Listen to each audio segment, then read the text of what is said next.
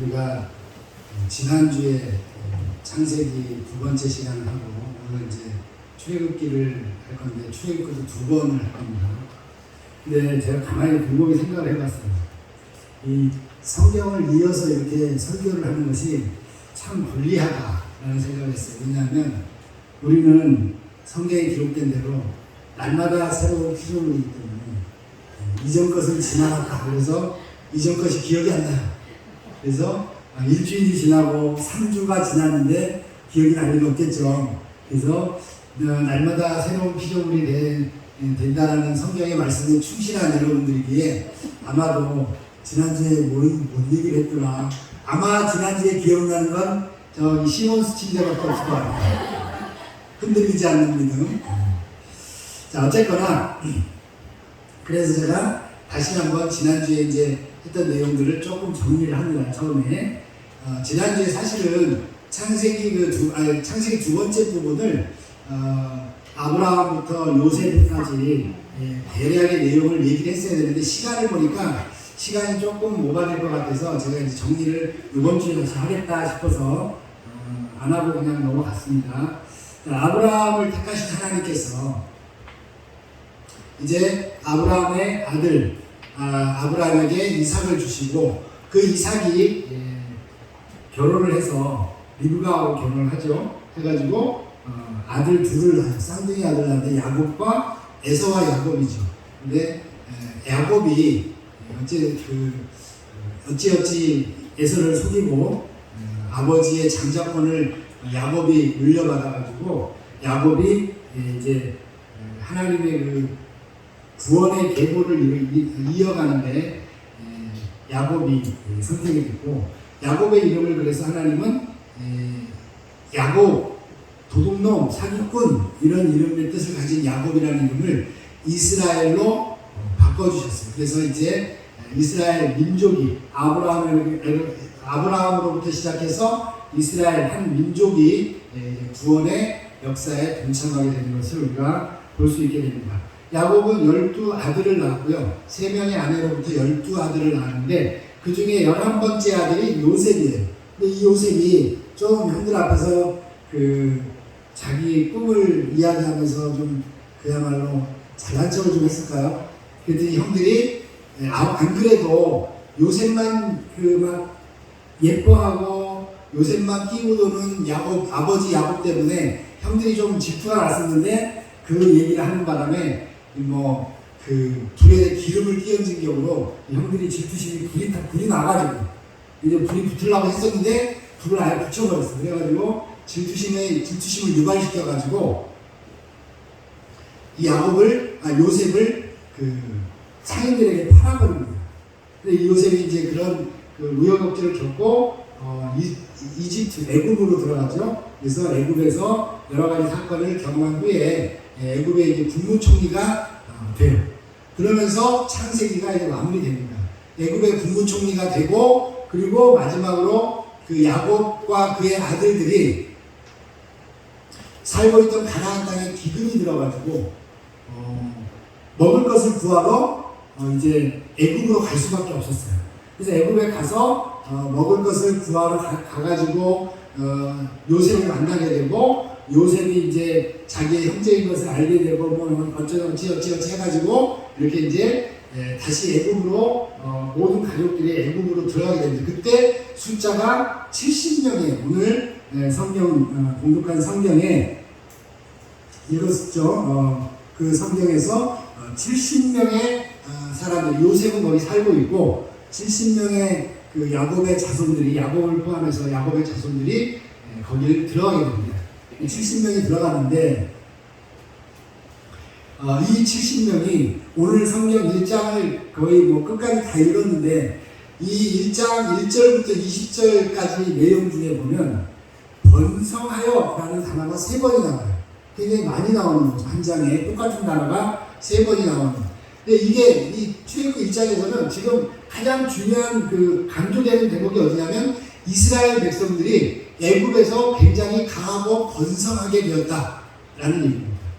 여기서 우리가 한 가지 생각해 볼 것은 하나님은 왜 이스라엘 당신이 택하신 백성들을 애굽에서 살게 하셨으니까 요셉이라는 야곱의 아들을 애굽의 국무총리가 되게 해서 결국 이 백성들이 애굽에서 살아가게 되었을까? 여기에는 하나님께서 어떤 나름대로의 백성들을 사랑하시는 하나님의 구원의 계획 속에 이런 뜻이 있는 것 같은데, 애굽이라는 나라는 근동 지역에서 그 당시에 가장 강대한 국가였습니다. 근데 강한 국가인데 고대 국가들은 한 민족으로 이루어지지 않아요. 우리나라는 국가들이 국가하면 하나의 민족인 게 어찌 그게 그렇게 돼야 되는 거 아닌가 이렇게 생각할 때가 많아. 왜냐하면 우리는 한 민족을 너무 강조하는 문화 속에서 자랐기 때문에. 그런데 고대 국가들은 우리나라 같이 아주 특별한 국가들을 제외하고는 한 민족으로 이루어진 국가가 없어요. 다 민족들이 모여서 이 땅의 사람 저 땅의 사람 모여가지고 나라를 이루는데, 애국이라는 국가가 그런 국가예요. 그래서 자기 애국 땅에서 원래 다 나로 태어난 사람은 별로 안 돼요. 다 이 민족들이 모여서 애국이라는 국가를 형성했는데, 거기에 이스라엘 민족들도 한 몫을 하고 있었던 거죠. 그런데 이 이스라엘 백성들이 70명이 들어가가지고 약 400년이라는 시간을 지내면서 출애굽할 때 당시에 이스라엘 백성들의 인원이 장정만 50만 명이라 그랬으니까 전부 학자들이 추측하기는 전부 숫자를 따져보면 한 200만 명 될 것이다. 그럼 70명에서 200만 명이 되려면 얼마나 안정된 환경이 필요할지 여러분 생각해 보세요. 지금 이 고대 시대는 굉장히 야만적인 시대입니다. 그래서 힘이 센 자들이 약한 자들을 가만두지 않아요. 그런 의미에서 보면 이스라엘 민족은 시작 자체가 굉장히 작은 숫자로 시작을 했습니다. 근데 이 작은 숫자가 200만 명이 될 때까지 그렇게 번성할 수 있었다는 것은 그 환경이 굉장히 뭔가 안정적이고 그들을 보호해주는 어떤 울타리가 있었다는 거예요. 그 울타리의 역할을 한 것이 바로 애굽이라는 강대국입니다. 그러니까 하나님은 애굽이라는 강대 국가를 이용해서 당신의 백성들을 거기에서 키우셨던 거죠. 그래가지고 숫자가 약 200만 명이 될 때까지 번성하게 두셨다가, 이제 하나님께서 또 애굽이라는 나라에서 이제 끌어내셔야 되잖아요. 거기에 계속 둘 수가 없으니까 끌어내셔야 되는데, 끌어내시기 위한 첫 번째 작업이 뭐냐면 요셉을 모르는 그런 왕이 세워졌다고 했어요. 이 왕이 보니까 이스라엘 여러 민족들이 있는데 그 중에 이스라엘 민족은 특별히 굉장히 숫자가 많고 얘네들이 아주 일하는 데 보면 굉장히 힘도 센 것 같고 일을 잘하고 하니까 위험을 느꼈을 거예요. 왜냐하면 아까도 말씀드렸지만 고대 국가는 여러 민족들이 형성되어 있기 때문에 조금 문제가 생기면 이 민족들이 또 다 흩어져서 그 강대한 국가 체제가 완전히 무너지는 그런 현상들이 굉장히 많이 일어납니다. 그래서 애굽의 요셉을 모르는 왕이 이스라엘 민족을 보고 굉장히 위협을 느꼈어요. 쟤네들이 만약에 외부에서 어떤 적들이 쳐들어왔는데 그 적들과 결탁을 해가지고 우리를 치게 되면 우리가 온전하지 못할 것이다. 얼마나 위험한 상황에 빠질 것인가. 이런 생각들, 여러 가지 생각들을 하게 되겠죠. 부정한 생각은 한번 시작되면 계속 꼬리에서 꼬리를 물고 일어나기 마련이기 때문에 이 애굽의 왕도 굉장히 그런 불안한 마음이 점점 가중되는 상황이에요. 그래서 이렇게 두어서는 안 되겠다 싶어가지고 이 이스라엘 백성들을 학대하기 시작하는데, 성경은 뭐라고 기록하고 있냐면 7절에서 번성했다 그랬죠. 그리고 12절에 보면 학대를 받을수록 더욱 어떻게 했다고요? 번성했다. 이스라엘 백성이 번성하면 하나님의 뜻입니다. 강력한 하나님의 의지예요. 그렇기 때문에 이것은 학대가 아니라 뭐로도 꺾을 수가 없어요.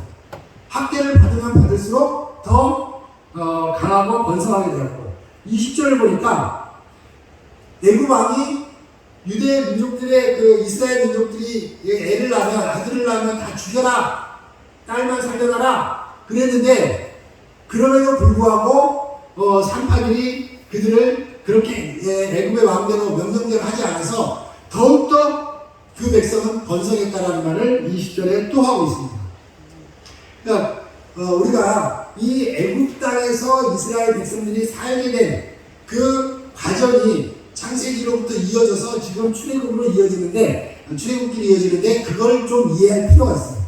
하나님의 섭리가 왜 하나님께서 당신의 백성들을, 택한 백성들을 애굽 땅에서 살게 하셨는가 하는 것들을 우리가 조금 이해할 필요가 있는데, 1장에서 번성하다라는 단어를 3번 사용하면서 그것을 설명해 주었습니다. 그래서 이 하나님께서는 이 애굽이라는 강대국 속에서 70명밖에 되지 않는 이스라엘 민족들을, 당신의 백성들을 그곳에서 200만 명이 되도록 숫자 힘이 강대해지고 번성하도록 어떤 애굽을 지켜주셨다는 거죠. 사실 역사적으로 보면 그 기간 동안에 애굽은 큰 전쟁을 겪지 않아요. 그 이후로 이제 여러 그 민족들이, 큰 민족들이 일어나면서 애굽이 힘이 약해지기 시작하는데, 우리가 나중에 뭐 신구약 중간세나 이런 데 보면 바벨론, 아수르, 뭐 여러 그 큰 민족들이 애굽도 치고, 그리고 또 서로가 서로를 전쟁을 해서 힘센 국가가 힘 약한 국가를 없애버리고 이런 일들이 많이 일어나죠. 근데 애굽은 그 기간 동안에 큰 전쟁을 겪지 않았어요. 그래서 어떤 한 고대 국가가 400년이 넘는 시간을 그 국가 체제가 무너지지 않고 계속 그러니까 왕권을 계승하면서 계속 올 수 있는 나라는 별로 없어요. 그때 당시에 우리 민족도 사실은 좀 특별한 민족이죠. 우리나라 조선시대 500년이잖아요. 500년이라는 그 한 어떤 이 왕족이 한 나라를 500년 이상 다스린 나라는 우리나라밖에 세계사의 유례를 찾아볼 수가 없어요. 로마가 얼마 만에 망했는지 아세요? 로마가 500년이 안 돼서 망했어요. 476년. 우리나라는 조선왕조 500년이라고 해요. 자, 어쨌든 이 당시에 애굽도 400년이 넘는 그런 시간 동안을 계속 그 국가 강대국으로서의 체제를 유지하면서 지킬 수 있었다는 거죠. 근데 그게 그 이유가, 그 사람들은 인정을 안 하고 모를 수도 있고 인정을 안 할 수도 있지만, 결국은 이스라엘 백성들을 그 안에서 키워내기 위한 하나님의 섭리였다는 것을 우리는 깨달아야 합니다. 하나님께서는 우리를 성장시키고 더욱 강하게 하기 위해서 하나님은 나름대로 우리가 원하지 않는 환경 속에, 우리는 원하지 않지만 그곳에서 우리를 성장시키는 경우들이 굉장히 많이 있습니다. 실제로 지금 우리가 사는 삶도 우리가 뭐 육신적으로는 편안한 그런 삶이라고 볼 수 없어요. 그럼에도 불구하고 하나님이 우리를 여기에 있게 하시는 이유는 결국 여기서 우리를 하나님께서 성장시키기 위해서 그렇습니다. 그때는 숫자가 늘어나는 걸, 그러니까 가시적인 어떤 성장을 얘기했지만, 지금 우리는 한 사람 한 사람의 개인적 영적 성장, 70명 정도의 힘을 가졌던 우리가 200만 명의 어떤 그 힘을 소유한 자로 거듭나기 위해서 하나님이 이곳에서 우리를 지지고 볶고 끓이고 삶고 견딜 수 없는 불의 도가니에서 지금 우리를 단련하고 계신다는 것을 여러분 꼭 기억하시고, 이곳에서 견뎌내고 이겨내고 승리하는 자들이 결국은 이 땅을 지배하고 하나님의 자녀로 승리하는 삶을 살게 될 수 있다는 것을 꼭 기억하시기 바랍니다. 네. 이곳은 우리를 단련시키는 곳이라는 것을 여러분 잊지 마세요. 네. 그래서 이곳에 있는 것을 감사하는 삶을 사시기 바랍니다. 네. 자, 출애굽기는 제가 두 번으로 항상 이렇게 나누기로 했잖아요. 그래서 1장 좀 억지스럽지만 1장부터 19장까지 하고 20장부터 40장까지로 이렇게 나눴습니다. 그 이유는 1장부터 19장까지는 지리적으로 이제 애굽에서 탈출해서 광야로 나가서 광야에서 계속 이동을 해요. 그러니까 1장부터 19장까지는 계속 이스라엘 백성들이 이동을 합니다. 시내산에 다다를 때까지. 그리고 20장부터는 시내산에서 이제 모든 일이 끝까지 20장부터 끝까지 시내산에서 이루어지는 일들이에요. 이동하지 않죠. 그래서 처음에는 1장부터 19장까지는 이동하는 기간이고 20장부터는 시내산 곳에서 한 곳에서 정착해서 이루어지는 일들을 겪고 있고요. 또 하나의 분류를 이렇게 분류하는 이유는 1장부터 19장까지는 어떤 육적인 출애굽이고 20장부터는 하나님께서 계명을 주시면서 이제 하나님의 백성으로 살아가야 될 것을 말씀하시는데 쭉 20장부터의 내용들이 어떤 십계명부터 시작해서 제사법, 성막에 대한 관련된 규례, 정결에 관련된 규례, 이런 규례들을 계속 주시면서 이스라엘 백성들을 영적인 탈출의 시간들을 갖게 만드시는 기간이다라고 생각하시면 됩니다. 그래서 1장부터 19장까지와 20장부터 40장까지로 나눴습니다. 이 1장부터 19장까지도 많은 사건들이 있기 때문에 살펴볼 것이 굉장히 많지만 오늘은 특별히 두 부분만 살펴보도록 하겠습니다. 처음에 2장 11절부터 15절까지 한번 찾아볼게요.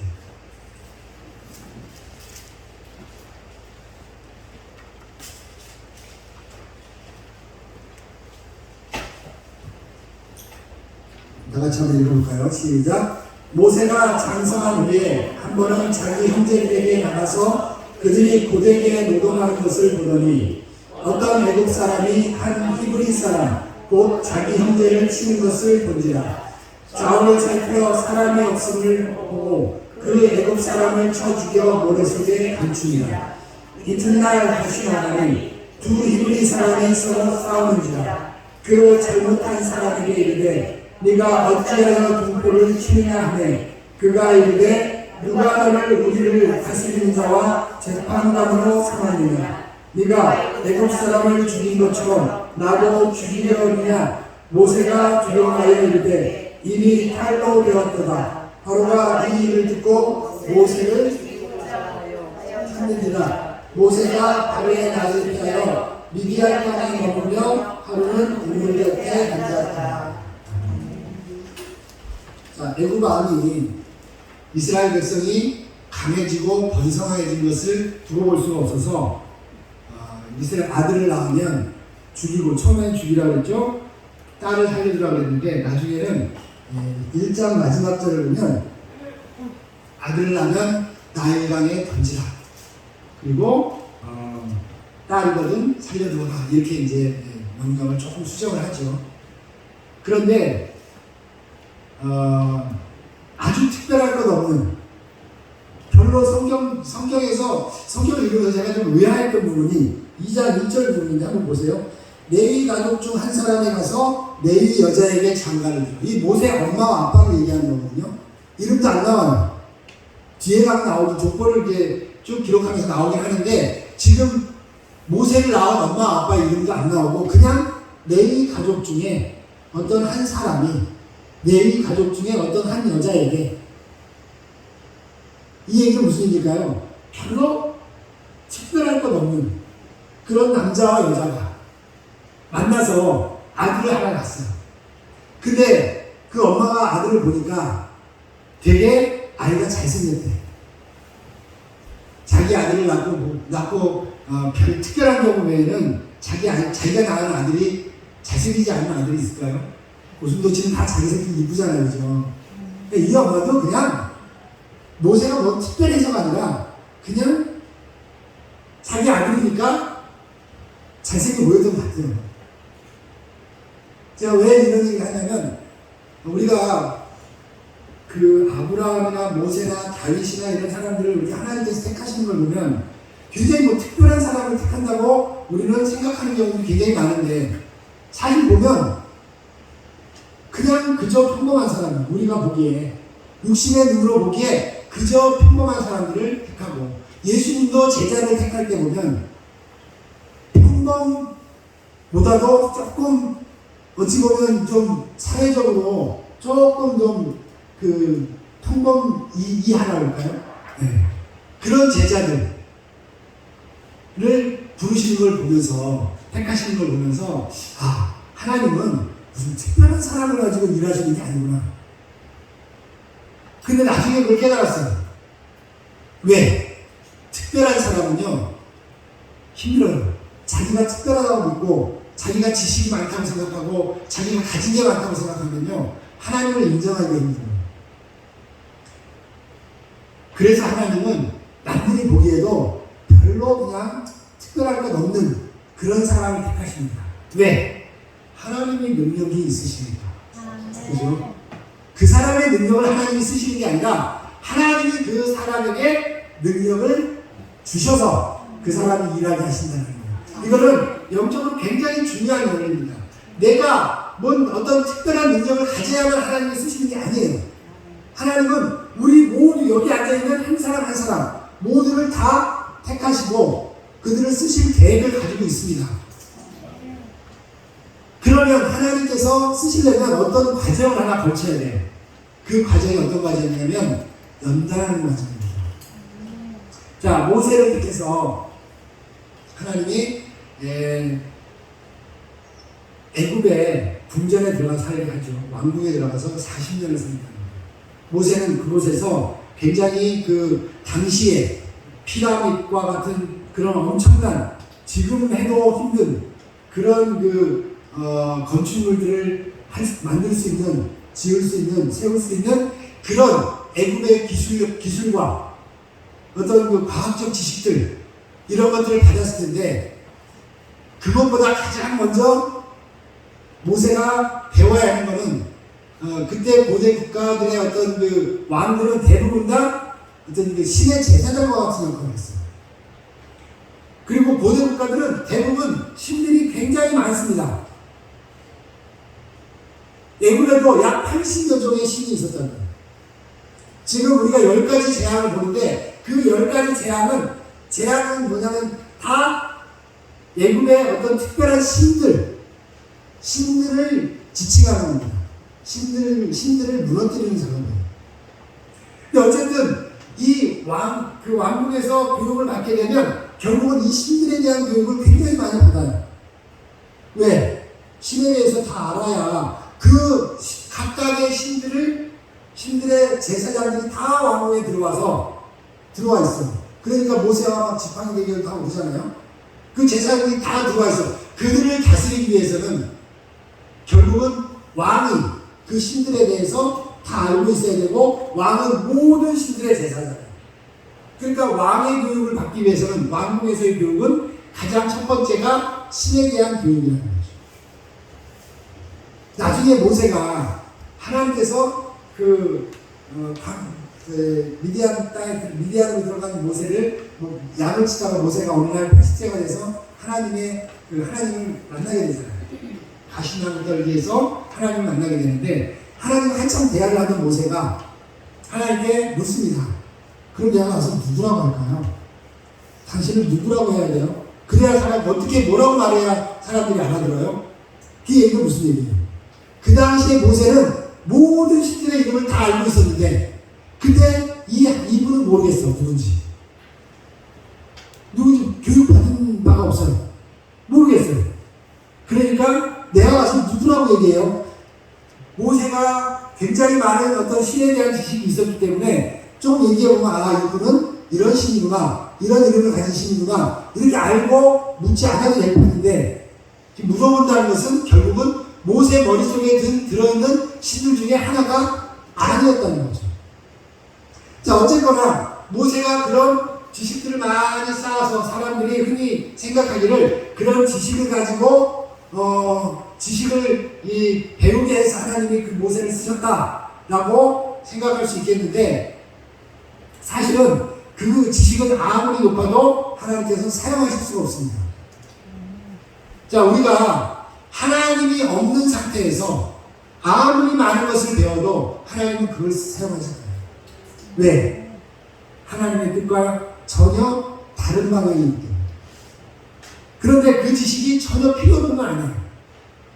이 사람이, 그 지식을 가진 사람이 하나님을 만나서 하나님께 온전히 무릎을 꿇게 되면 그 지식은 다시 하나님이 사용하십니다.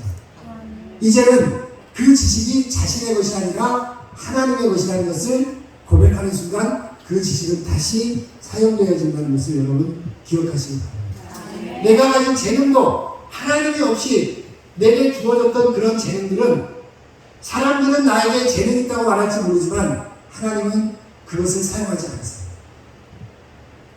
내가 온전히 하나님 앞에 무릎 꿇고 나를 내어드릴 수 있을 때, 그때 하나님은 그 재능을 사용해서 하나님의 일을 하신다는 것을 꼭 기억하시기 바랍니다. 없으면 하나님이 만들어 가세요. 걱정하지 마십시오. 나는 할 줄 아는 게 별로 없어요. 그런 생각을 낙심하지 마십시오. 하나님은 하나님이 쓰시고자 하면, 나를 내어드리기만 하면, 하나님께 온전히 맡기기만 하면 하나님은 하나님께서 쓰실 수 있도록 우리를 만들어 가십니다. 여러분, 우리가 이 뒤에 이제 살펴볼 건데, 하나님께서 10가지 재앙을 내리면서까지 꼭 그렇게 하셔야 될까요? 한 가지 마지막 장자를 치는 재앙만 하나만 먼저 그냥 한 번에 그냥 하면 안 됐을까요? 한 번에는 안 될까? 저는 하나님이 하신다고 하면 한 번에 가능하다고 생각해요. 믿습니다, 그렇게. 근데 하나님은 그렇게 안 하셨어요. 그 이유가 너무 궁금했어요. 아니, 그렇게 능력 있는 분이 왜 한 방에 안 하고, 멋있잖아요. 한 방에 팍! 완펀치라는 거 있지만, 완펀치 싸움에도. 한 방 치면 한 방에 그냥 나가 떨어지면 얼마나 좋아요. 하나님이 능력이 없어서 10번씩이나 계속 그렇게 지지부진하게 하셨을까? 근데 제가 성경을 보면서 하나님이 이건 무슨 작전이다 라는 것을 깨달았어요. 하나님이 할 수 없어서 그런 게 아니라 무언가를 위해서 하나님은 10번이라는 10번의 재앙을, 10가지 재앙을 계획하셨다는 것을 알았어요. 그게 바로 모세를 단련시키는 일이었어요. 나중에 이따가 살펴볼게요. 자, 지금 모세가 어느 날 이제 모세가 40대가 되었을 텐데, 궁에 있다가 답답해서 이제 밖에 이렇게 나와서 돌아다니다 보니까 어떤 애국 병사가 히브리 민족을 사람 하나를 막 괴롭히는 걸 봤어요. 그래서 화가 났어요. 민족의식이 생겼겠죠. 그리고 화가 나서 그 애국 병사를 죽여가지고 모래속에 묻었어요. 아무도 못 봤겠지 했는데, 그 다음날 히브리 사람들끼리 서로 다투니까 가서 너희들 왜 싸워? 이랬단 말이야. 자기는 왕궁에서 나왔잖아. 아무리 같은 민족이라도 공주의 양자로 자랐잖아요. 그러니까 자기가 말하면 들을 줄 알았어. 그랬더니 자기가 또 어제 한 얘기 있잖아. 히브리 사람을 위해서 뭔가 이 민족애를 발휘해가지고 자기 동족을 구해준 그런 일도 있잖아요. 그래가지고 당당히 가서 야, 너네 왜 싸워? 그랬더니 네가 뭔데 그래? 히브리 사람인데 애국 사람이 그런 것도 아니고 이상하잖아요. 아니, 자기들이 고통당하는 거를 구해주느라고 외국 병사를 죽여가면서까지, 사람이 사람 죽이는 게 쉬운 일이겠어요? 죽여가면서까지 그렇게 했는데 누가 너를 우리의 지도자로 세웠냐고요. 막 베드로 왕궁에서 나왔는데, 공주의 아들인데 너무 어이가 없잖아요. 이상하지 않아요? 우리 같으면 저 사람은 우리 같은 민족이지만 그래도 공주의 아들로 그 왕국에서 자랐으니까 우리하고는 신분이 다른 사람이야. 근데 저 사람이 우리 민족이라고 또 우리를 편들어서 애국 병사를 죽이기까지 해줬어. 그러면 뭔가 존경심 같은 게 생기지 않겠어요? 근데 이 사람들은 그런 게 없어. 왜 그럴까 생각을 해보면 우리 인간적인 관점에서 굉장히 어이가 없는 일이지만 이 부분을 우리는 하나님의 관점에서 볼 수 있습니다. 왜냐하면 아직 모세는 하나님이 정한 때가 안 됐어요. 아직 40년도 후에나 하나님이 모세를 부를 셈인데, 모세는 자기가 스스로 뭔가를 해보려고 했어. 그 사람들이 인정을 안 해요. 하나님께서 딱 하나님의 때가 돼서 그때에 하나님께서 일을 하게 하시면 그때는 사람들이 인정하고 따라주는데, 하나님의 때가 안 된 사람이 자기 지식은 충만해가지고 자기의 권위의식은 충만해가지고 그것으로 다른 사람들을 다스리려고 하니까, 리더십을 발휘하려고 하니까 사람들이 인정을 안 해주는 거죠. 우리도 마찬가지입니다. 우리가 아무리 날고 기는 재주가 있어도 하나님의 때가 아니면 우리는 그것을 하나님이 인정 안 하시기 때문에 사람들에게도 인정을 받을 수가 없어요. 우리 카이로스라는 단어를 많이 들어보셔서 아실 겁니다. 성경에 나오는 시간을 지칭하는 단어가 두 가지가 나와요. 크로노스와 카이로스가 나오는데, 크로노스는 그저 우리가 아는 물리적인 시간입니다. 11시, 12시, 1시, 2시, 몇 년도, 몇 월, 며칠, 이런 시간, 물리적인 시간을 얘기하고, 카이로스는 그것과 전혀 상관없이, 아무리 40년, 100년 상관없이, 우리가 아무리 길다고 아우성을 쳐도 상관없이 하나님께서 정하신 때, 그 때를 얘기해요. 예수님도 하나님 공생을 시작하실 때 하나님이 하나님이 정하신 그때에 시작을 하셨어요. 예수님이 하나님의 아들이지만, 하나님의 아들이어서 누가복음에 보면 굉장히 예수님이 막 그 독특함을 드러내잖아요. 12살 때 막 그 성전에서 그 율법 교사들하고 같이 이 논쟁을 하고. 그렇지만 하나님의 때가 아니니까 예수님은 그 때가 안 됐을 때는 그저 그냥 평범한 인간으로 살아갈 수밖에 없었다는 거죠. 그러나 하나님의 때가 되었을 때, 그때부터 예수님은 하나님의 아들로서, 하나님 그 자체로서 우리에게 나타나 주시는 겁니다. 여러분, 하나님의 때를 기다려야 됩니다. 근데 문제는 그때가 언제인지 모르겠어요. 근데 내가 이성적으로 알 수 없을지라도 하나님이 그 환경을 통해서 어쩔 수 없이 나설 수밖에 없게 만들고 할 수밖에 없게 만드는 그런 시간이 있어요. 모세는 바로 그 시간을 기다렸어야 됨에도 불구하고, 모세가 하나님에 대한 지식이 전혀 없기 때문에 모세는 그 때를 몰라서 자기가 스스로 자기가 가진 지식과 자기의 어떤 권위의식을 가지고 그렇게 하려고 했었는데, 사람들에게, 같은 민족에게도 손가락질을 하는 그런 상황이 되고 말았던 겁니다. 제가 잘 들은 비유가 있는데요. 소가 옛날에는 농사짓는 일을 거의 소가 다 했잖아요. 소가 없으면 농사를 못 져요. 힘들어서. 근데 이 소가 어느 날, 소의 입장의 관점에서 제가 생각을 해봤어요. 소가 어느 날 겨울인데 농한기잖아요. 일이 없잖아요. 근데 겨울에 일도 안 하는데 주인이 막 맨날 그 추운데 여물을 가마솥에 끓여가지고 막 그 여물 식혀가지고 막 썰어서 먹여준단 말이죠. 자기는 한 일도 안 해. 막 그걸 먹다 보니까 이게 계속 그렇게 하다 보니까 주인한테 미안한 마음이 들었어.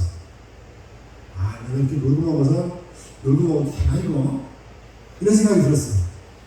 그래서 이제 이런 거만 있지 말고 나가서 일 좀 해야지. 그리고 우리를 뛰쳐나갔어. 외양간을. 그리고 막 벌판을 뛰어다니 일하겠다고. 그 뭐라고 해요 우리는? 그 소를? 미친 소. 동원아, 니 한번 쳐볼래? 미친 소 되는 거야. 그러니까 때가 아닌데 나와서 소가 일하겠다고 돌아다니면 그건 미친 소예요. 그럼 미친 소는 사람들이 어떻게 해요? 잡죠. 고기라도 먹어야지. 어떻게 한다고요?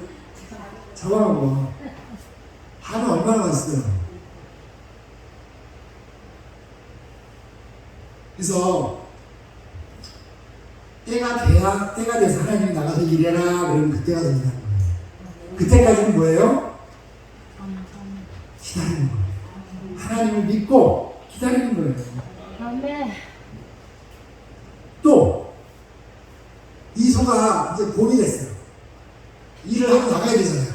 근데 겨우내 놀다 보니까 노는 게 이제 아주 너무 익숙해져가지고 편한 거야. 먹고 자고 누워있으니까 얼마나 좋아. 근데 나가서 일하다 보니까 이제 일하기 싫은 거죠. 그래가지고 막 끌어내는데도 안 나와. 그럼 걔는 어떻게 돼요? 또 잡아먹기죠. 나오라고 나가야 되고, 하지 말라고 하지 말아야 되고, 하라고 하나 해야 되고, 하나님이 가라 그러면 가고, 서라 그러면 서고, 여기에 있어 그럼 여기에 있고, 나가 그럼 나가고, 나가야 될 때 안 나가고, 나가지 말아야 될 때 나가면 다 죽는 거예요. 모세가 지금 나서지 말아야 될 때 나서가지고 결국은 쫓겨났어요. 스스로 이제 도망간 거죠. 그래서 미디안 땅으로 가가지고 거기서 40년을 또 삽니다. 아마 이렇게 나대지 않았으면, 애들 하는 표현하는 말로 일찍부터 나대지 않았으면 조금 시간이 좀 짧아졌을지도 모르겠어요. 근데 어쨌든 40년이라는 시간을 다시 또 광야에서 보내게 돼요.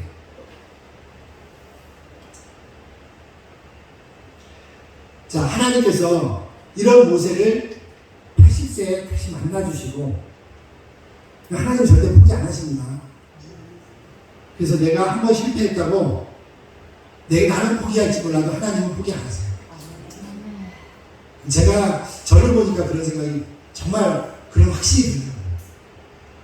하나님이 나 같은 거 벌써 포기했을 것 같은데 하나님은 포기 안 하시더라고요. 네, 여러분도 마찬가지입니다. 제가 특별해서가 아니고 여러분들에게도 똑같은 은혜가 있을 거라고 저는 믿습니다. 자, 우리 두 번째 살펴볼 것은 출애굽기 4장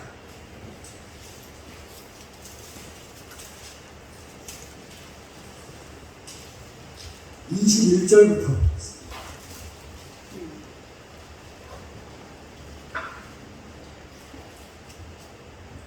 21절부터 23절까지 우리 같이 한 목소리로 읽겠습니다. 시작.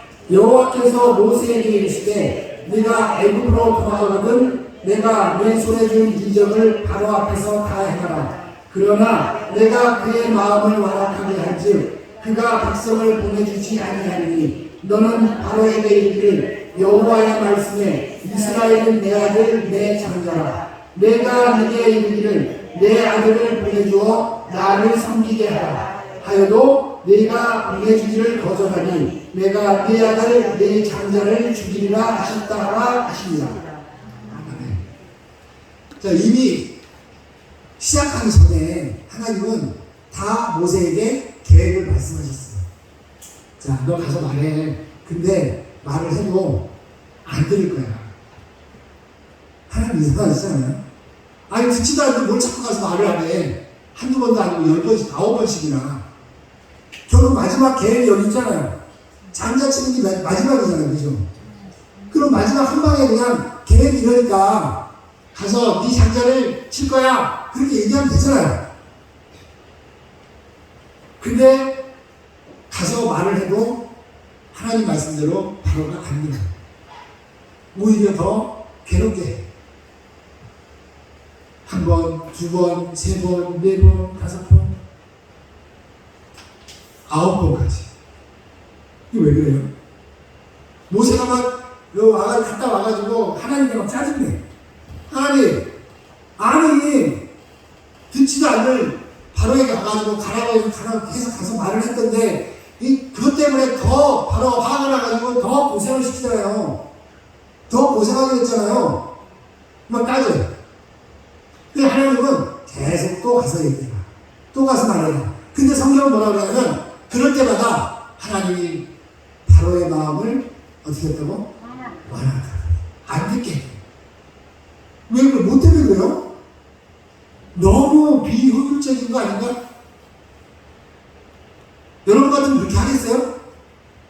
왜 그렇게 했을까 하는 이걸 우리가 깨달아야 돼요.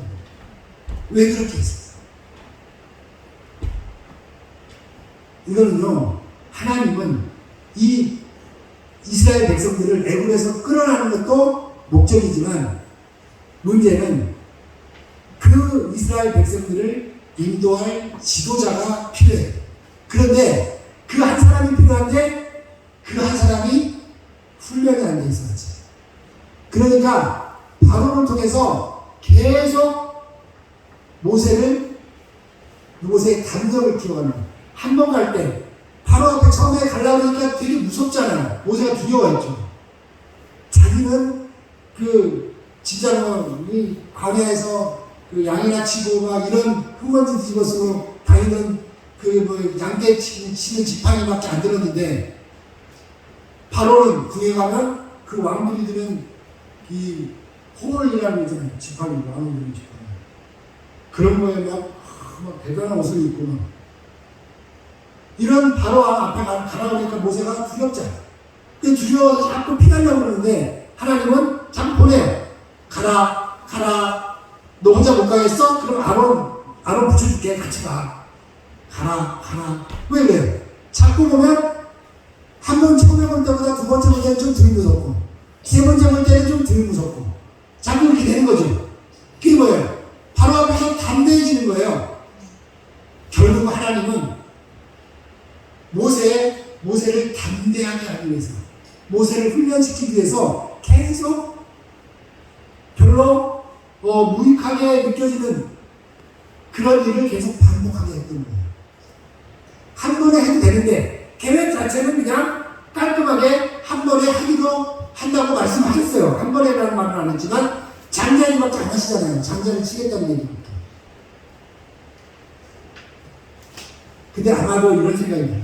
모세가 그냥 그래요? 그럼 갈게요. 그만 가고 담대하게 하는 걸 갔으면 한 번에 끝냈을지도 몰라요. 왜? 훈련이 필요 없어. 너는 네 담력, 그 정도 담력이면 이스라엘 백성들 200만 대군을 이끌고도 충분히 감당할 수 있겠다. 근데 보니까 완전 샘님, 쫌생이 무서워가지고 괜히 되지도 않는 거짓말. 나는 입이 두 남자이니 이래가면서 말만 하더라고요. 그리고 모세가 너보고 네가 뭐 말을 만들어서 하라는 거 아니잖아. 하나님이 시키는 대로 하라는 거 아니에요? 가서 기계처럼 말만 전하면 되는데 그걸 못해가지고 막 못한다고 해서 결국은 뭐예요? 바로가 두려운 거죠. 이미 한 번의 트라우마도 있고, 그죠? 그래서 하나님은 모세를 훈련하려고 10번의 재앙을 계획하십니다. 그래서 10번의 재앙을 통해서 계속 모세를 담대하게 만드셔서 이제는 이스라엘 백성들을 이끌고 나가도 문제가 없도록 하나님이 만드신다는 거죠. 여기서 우리가 하나 알 수 있는 것은 하나님은 절대 내 힘을 그냥 안 씁니다. 내가 가진 능력을 그냥 안 써요. 하나님은 우리에게 하나님이 주신 힘으로 일할 수 있도록 우리를 훈련시킨다는 거예요. 여러분, 내 힘이, 내 능력이, 내가 가진 것이 많고 다른 사람들보다 내가 우월하다고 생각될지라도 그것이 버려지기 전까지, 그것이 포기되기 전까지 하나님 우리를 사용하신다는 걸 기억하십시오. 내가 약하다고 생각할 때 그때 하나님의 능력이 우리 안에서 나오는 겁니다. 바울의 고백처럼 내가 약하다 할 그때에 내 안에서 그리스도의 능력이 나타납니다. 여러분, 연약함을 늘 고백하십시오. 그냥 입술로 하는 게 아니라 진짜 자기가 무익한 인간이라는 것을 하나님 앞에 고백하십시오. 나는 쓸모없는 인간이라는 것을 하나님 앞에 고백하세요. 진심으로. 그러면 그때부터 하나님께서 나를 강하게 하십니다. 물론 그냥 공짜로 주시지 마라. 시간도 필요하고 인내함도 필요하고 그런 모든 것들을 다 이겨냈을 때, 감당할 수 있었을 때, 그때 하나님은 한 민족의 지도자로 우리를 세우실 겁니다. 이걸 아셔야 돼요. 구약에서는 아브라함, 모세, 다윗 이렇게 특정한 어떤 사람들을 선택하시지만 신약 시대에는 그때와 달라요. 그때는 하나님이 함께 하신다. 그때 구약 시대에 하나님이 함께 하신다는 영어로 위드라는 표현을 써요. 위드, 옆에 함께 있다는 거죠. 근데 신약 시대에 하나님이 함께 하신다는 영어로 인이라는 표현을 써요. 임마누엘의 인이, 헬라어 인이 영어로 인이라는 말입니다. 우리 안에 함께 하신다. 그러니까 하나님, 우리가 구약 시대에 하나님께서 어떤 한 사람을 통해서 특별한 한 사람을 통해서 하나님이 만들어 가시고 일을 하셨지만 이제는 이 신약 시대는 우리 한 사람 한 사람이 그 한 사람이 된다는 것을 기억하시고 나는 그냥 집사인데 나는 그냥 평신도인데 아니 우리 한 사람 한 사람이 다 하나님이 택하시는 그 사람으로 살아갈 수 있다는 것을 꼭 기억하시기 바랍니다. 구원을 위한 하나님의 경륜에는 그 일을 수행할 한 사람이 필요합니다. 그런데 그 사람은 반드시 혹독한 훈련을 거쳐야 합니다. 그러나 그 훈련이 혹독하다 해도 염려할 필요는 없습니다. 왜? 하나님께서 우리 자신을 하나님께 내어드리기만 하면 하나님께서 그 모든 것을 견뎌낼 수 있는 힘을 우리에게 주시기 때문입니다. 이렇게 만들어진 사람이 바로 아브라함이고 그리고 모세이고 또 우리가 아는 다윗이고 구약에서 이스라엘 백성들을 이끌었던 그 지도자들 그 한 사람이 바로 이 시대에 여러분 한 사람 한 사람이라는 것을 꼭 기억하시고 이러한 한 사람이 되기 위해서 우리 모두가 하나님 앞에 자신을 내어드리고 그래서